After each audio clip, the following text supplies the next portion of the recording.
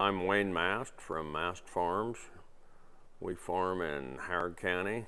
We are a fourth generation farm, started with my grandfather, Gingrich, and my dad, Jerry Mast, me, and now we have my son, Joe. I'm Joe Mast, and I work here at Mast Farms, and I'm the next generation. I first took an interest in farming when I was little, when I'd go out and ride in the tractor with Dad or any of the hired guys, and I've had an interest ever since. I probably first took an interest in farming probably when I was a little guy too. I couldn't go out with Dad as often as Joe did because we didn't have cabs on our tractors back then. The farm started probably when Mom and Dad got married, probably like in the 50s. The farm started because my dad moved down here from Ligonier. This is where Mom's from. Mom was a farm girl, and I think Dad probably started farming with his father-in-law. Well, if you go back far enough, I would imagine my grandpa owned the first farm, and then my dad came along and he started renting some ground and probably buying a little bit of ground. And late 60s, Dad went to town and got a job at the factory because things just weren't good enough with the farm. And so when I came home from college in '82, I think he farmed like 300 acres, and he gave me like the rented ground or something, and then I've just rented ground from there. My first tractor I drove was probably a WD-45. I think my dad bought that new in like '53, and then in 1961, which that's the year I was born, my dad bought a 4010 gas, and I remember that. I used to think that was quite the hoss. The first piece of equipment I remember was our John Deere 9400 four-wheel drive. I spent a lot of time out there riding in that tractor. In fact, he went over to Swayze with me to drive that home. That was my '71 Peterbilt. That was kind of my toy back then. I guess that's our wedding picture in 1996. Both these sheds are gone now. The shop and, well, all the sheds lay right in here now. And of course that barn lot's gotten about 3 times bigger than it is. Farm operates today a lot different than it did even in the 90s. I would say the biggest advancement is probably the day of the auto steer. And if you go back a little farther, I suppose the nice cabs really changed things. Working with family, it can be really good, and sometimes it's not so good, but we try to make it work. Mm-hmm. And I think we've got it to where it works pretty decent, wouldn't you say? I would say so. Good answer. Working with family definitely has its challenges, but for the most part, it's all pretty good, and it is nice to always be around family and working close enough that you get to see everybody every day. One of the best things I've learned about farming with my family was probably as I was a little kid. I worked where I guess maybe I wasn't working, but I was with my grandfather every day. And one thing he taught me was that if you work hard every day, you'll probably succeed.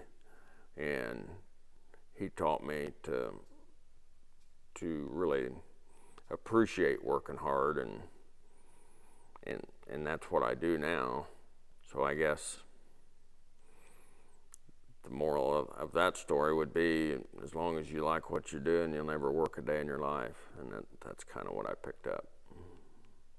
Well, one thing I've learned for working with family, or is kind of like what Dad said, working hard every day at least increases your chances of success. Doesn't guarantee it, but it does increase your chances. And it feels good to get out, work hard every day, and I feel you just feel better about life, I think, when you do that. Okay. The way I've witnessed the ag industry change over the time, particularly on the farming side, is with the auto steer. But I've always been around since auto steer's been around, and so I guess what I've seen is the data collection and the ability that we have today of actually tracking our data from year to year, being able to go back years and do it all on my phone and keep track of yield, and that way we don't lose what we did in the past, or if we had something happen to us in the past, we can see that on a yield map and change that for the future. Maybe the biggest groundbreaking, I mean, I'm kind of stuck on auto steer, but in all reality, other than that, it's probably the tractor cab. And just, I suppose you got to blend the auto steer with the size of the equipment and the efficiencies that we've gained. Integrated with the cab, and I think what we all forget is how auto steer first started with the steering wheel you had to put in with the steering unit, and how they have changed that to make everything integrated, from rate controllers to that all work with the auto steer and so forth. And it's now all on one screen. I think operator comfort has allowed us to be more efficient and work longer hours. My most difficult year, and I don't remember the year, but it was about the year that corn rootworm hit the area. We weren't using insecticide then, and it was before rootworm corn, and we had a pretty lean year that year. Wouldn't have been for my line of credit, I don't know if we would have survived. My most difficult farming year is quite a bit more recent than Dad's, but it was 2019. That was a year it was real wet, and around these parts, we didn't get in the field to plant until about June the 1st. But I suppose the thing I did learn from that was if you have patience, you'll get the crop in, and at the end of the day, it was still a pretty good year, although we had those challenges. Something that hasn't changed for the better. That's kind of a double-edged sword. Even though auto steer is one of the greatest things that we've got, back before we had that, we weren't so worried about efficiencies, and we were a little more laid back. And the women would bring dinner to the field and supper to the field, and we would take 40 minutes out over noon and kind of bore ass around, and we'd do the same in the evening. But once we got auto steer, then it all became about efficiencies, and now we brown bag it and don't stop. So I guess that's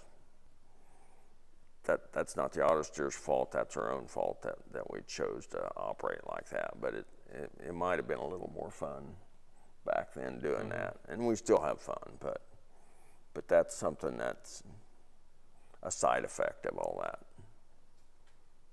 I wish more people would understand that it's not just our job, that it is our life, and it's a good life. There's so much more involved than just going to work every day. My favorite piece of equipment is, they're all kind of my favorites, but I suppose I would have to say the 8400R, because everybody that drives that tractor loves it. I don't get to drive it very often. And I'm hoping the X9 is my favorite, but I've not been in it yet. We just got it, so this will be the first fall that we run it. You can't go out and buy a new iron if you're starting out, that's for sure. I'm not real sure how we afford the new iron sometimes, but so buy used stuff, you know. I always started with junk, and I tell everybody that. Every piece that I would advance to that I didn't have before, I always bought a piece of junk the first time. Now, I don't know if that was smart or not, but that's what I did. I suppose the best piece of advice I could give to somebody who wants to start farming or grow their operation has to be, you have to know your cost of production, and you got to do your book work. If you can do that, and you know what it takes, what it costs to put out an acre of corn or soybeans, then you know what you have to sell that for to make money. And if you're making money, it'll be hard to go broke.